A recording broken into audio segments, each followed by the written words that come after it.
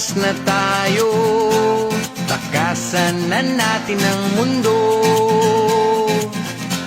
Magtago papalayo sa mas tahimik at payapang mundo. Umubulong ang hanging amihan at huni ng ibon. Dumudulo. Hello mga laagan, I'm here for another laag video. For today's video, atong laago na nagtrending nga kaliguan sa Cagayan de Oro, ang Lirop Cave and Waterfalls. Ang Lirop Cave and Waterfalls is located in Tagpangi, Sitio Liropan, Barangay Pagalongan, Lumbia, Cagayan de Oro. Mga launa namin nag-start og dong sa maong kaliguan. Kining Lirop Cave mga laagan, layo-layo jud ni siya, biyahion. Mubiyahe pa ka og pila ka minuto og oras para makaabot. 16 minutes sa uban vlog nga ako nakita, pero sa among pag-adto, mga 20 minutes jud siya biyahion. Mulabay pag og duha ka sitio ay ha siya maadto gikan sa sentro sa Lumbia. Nagsakay ra day mo try ka pining driver kay ilarasad namo og among gipakyaw. Ako na suggest og laaganan sa akong kauban. Ug adunay bago nga kaliguan sa Lumbia.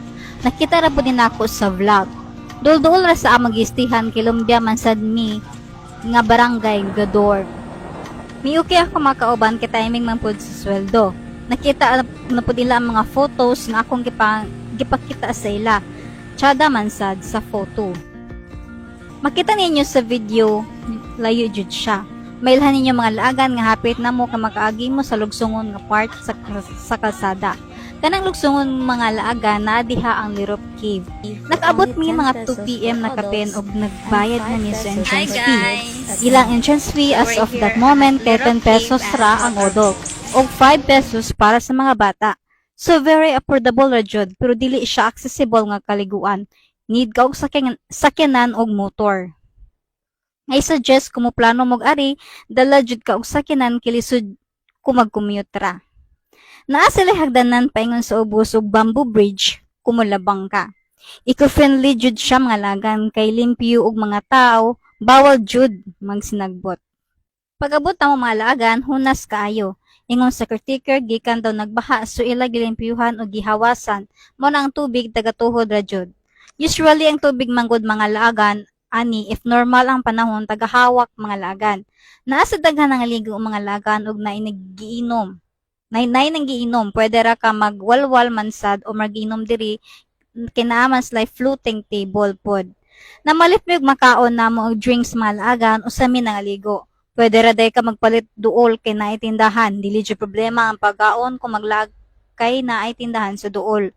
Nagbayad mo yung table og 100 pesos. Nasad sila small cottages nga 150 pesos nga naay kada bitong atop nga pwede masilungan kung grupo mo. Kami kay table rami og nagpaatbang sa mini waterfalls. Kini daing mini waterfalls tubig ni siya gagikan sa taas or bukid mga lagan. Ug na siya ilawom sa cave or kuweba mo nang gitawag na Lirop Cave. Simple lang ambience mga lagan, mura ka na sa probinsya. Nature kaayo ug ang tubig hinlo jud, crystal clear kaayo. Pwede ka magstay dugay mga lagan, pwede rasad mo magparty di kang may open time diri.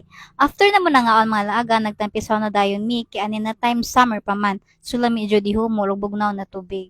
Mi try maglusob sa cave mga lagan pero hadlok jud siya kay ang tubig pagamay ug niog sad sa sulod.